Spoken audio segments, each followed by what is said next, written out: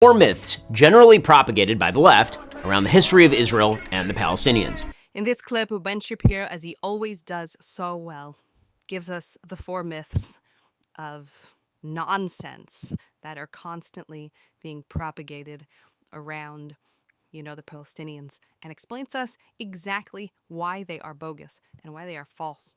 There's so much foolishness out there, and it just gets repeated. So much of it is silly and easily provable. And as always, Ben is here to cut through with objective fact, truth, clarity, and source, and just let us know why these claims are hogwash. Or myths generally propagated by the left around the history of Israel and the Palestinians. These myths matter because they lead people into a peculiar moral relativism whereby attempted murder or successful murder of Jews is excused, and meanwhile, the evil human rights violations of the Palestinians are minimized. Myth number 1. Israel is historically Muslim territory. This is a pure and absolute lie. Israel is historically Jewish territory. According to the Bible and certain interpretations of contemporaneous archaeology, Joshua entered the land of Israel in 1400 BC. The Kingdom of David was founded around 1000 BC. The first Temple of Solomon was built in approximately 957 BC. The Second Temple was built in approximately 515 BC. The Hasmonean dynasty was founded in 166 BC. Jerusalem was destroyed in 70 BC, and the Jews exiled from Israel in 136 CE after the defeat of the Bar Kokhba revolt. The Romans, in an attempt to shame the Jews, renamed the area Palestine as an insult after the Jews' historic enemy, the Philistines. Even during the exile, there was continuous Jewish presence in the land. Islam, which is the religion of the Palestinian Arabs, was not even founded until the 7th century CE or AD. No independent Arab state has ever existed in the area known as Palestine. Myth number 2. Israel is the cause of the failure of land partition in the Middle East. This is, again, a pure lie. In 1917, the British promised the Jews the entire area of Palestine. At the time, Israel and Transjordan, which is today's Jordan. In 1920, the Arabs began pogroms, a mass murder of Jews, in Jerusalem as a sign of anger at the British mandate in Palestine. In 1922, the British government, in response, announced in a white paper that the Transjordan area, 70% of Palestine, would be sliced off and made an Arab state. That would become Jordan. In 1937, the Peel Commission recommended a rump state for the Jews, in which the British would retain control over Jaffa and Jerusalem, the Arabs would get the entire Negev and nearly the entirety of Judea and Samaria, and the Jews would get a tiny swath of territory along the coast, including Tel Aviv and Haifa. In 1939, the British, in response again to Arab pressure, restricted Jewish immigration to Palestine just as the Nazis began World War II and just before the Holocaust. Nonetheless, the Jews sided with the Brits, the Arabs sided with Hitler. In 1948, the British mandate ended and Israel declared its independence. David Ben-Gurion read the Proclamation of Independence to 13 other members of the Israel Provisional National Council. Israel had taken its place among the nations of the world. In 1964, with the Arabs still in full control of the Gaza Strip and West Bank, the Palestine Liberation Organization was founded, calling for the destruction of Israel. Here is a contemporaneous British report on the first chairman of the Palestine Liberation Organization. One of the most extreme anti-Israeli politicians in the Arab world, Ahmed el-Shukeri, the leader of the Palestine Liberation Organization. As the spokesman for 1 million Palestine refugees, he's fanned the flames of hatred for Israel with unflagging energy. In 1967, the Arab League announced the 3 no's: no peace, no recognition, no negotiations.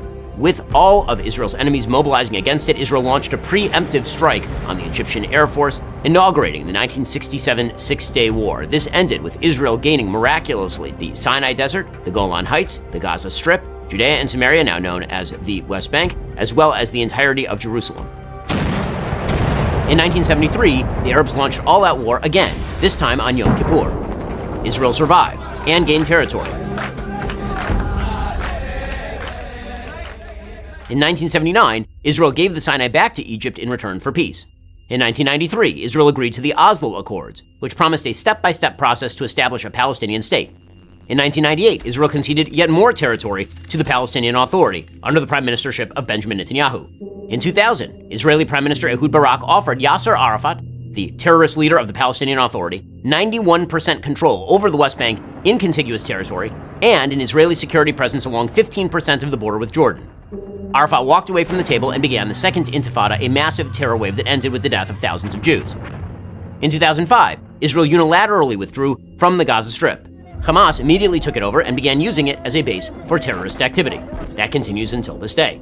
In 2008, Israeli Prime Minister Ehud Olmert offered even more than Barak in terms of territory, with some land swaps to maintain Jewish-populated areas in exchange for some Israeli territory. Olmert even offered to relinquish Israeli sovereignty at the Temple Mount, the holiest site in Judaism, as well as the entire Old City of Jerusalem to a 5-member, non-sovereign international trusteeship comprising Israel, the PA, Jordan, the US, and Saudi Arabia. PA head Mahmoud Abbas walked away without a counteroffer. Myth number 3. Israel expelled all Palestinian Arabs from British Mandate Palestine. This is, again, a lie. Israel's founding documents asked Arabs to stay. Israel's Declaration of Independence, in the middle of an ongoing war with Arab nations, reads, quote, "We appeal, in the very midst of the onslaught launched against us now for months, to the Arab inhabitants of the State of Israel to preserve peace and participate in the upbuilding of the state on the basis of full and equal citizenship and due representation in all its provisional and permanent institutions." Debate has raged for decades over how many Arabs left the nascent state of Israel thanks to expulsion, and how many left because they were told to leave by their own leaders.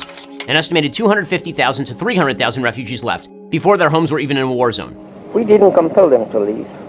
They left on their own will, or rather on the will of the Arab leaders, who advised them, even before trouble started.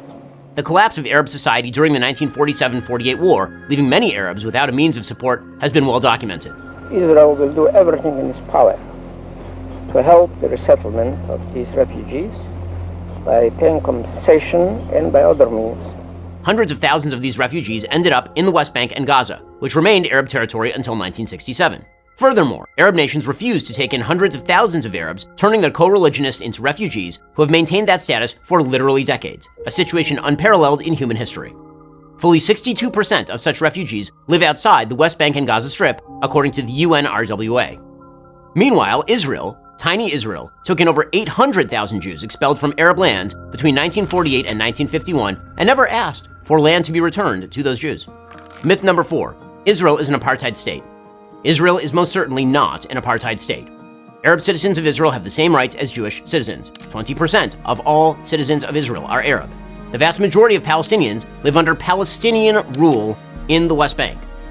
All Arabs in the Gaza Strip lived under Hamas rule. Israel's population, again, is 20% Arab. Arab parties have sat in the Israeli government, and Arab sits on Israel's Supreme Court. There are 0 Jews living under Palestinian rule. The only apartheid state is any state of Palestine. All of these myths have consequences. All of these lies have consequences. They lead to a pseudo-sophisticated context that allows for the murder of Jews. It allows people in the West to believe that the grievances that are openly articulated by the Palestinian Authority, Islamic Jihad, and Hamas are actually about territory. Hamas openly calls for the murder of every Jew in the region. The Palestinian Authority gives actual bounties to the families of terrorists. Islamic Jihad has the same exact goals as Hamas. When evil people say they want to wipe Jews off the face of the earth, we ought to listen, not make up silly excuses as to why they don't actually mean what they say. The consequences of buying your own lies, not even their lies, your own lies, is dead Jews. There you have it. There's no refuting this stuff. It's clear. It's honest. It's true. It's real. Those who want to hate will continue hating, and they'll continue making up their lies. But let's know what to answer them. Let's know what to tell the people out there that are sensible, that just want to know the truth. Just repeating myths and foolishness is no substitute for honest, real consideration of true facts and reality.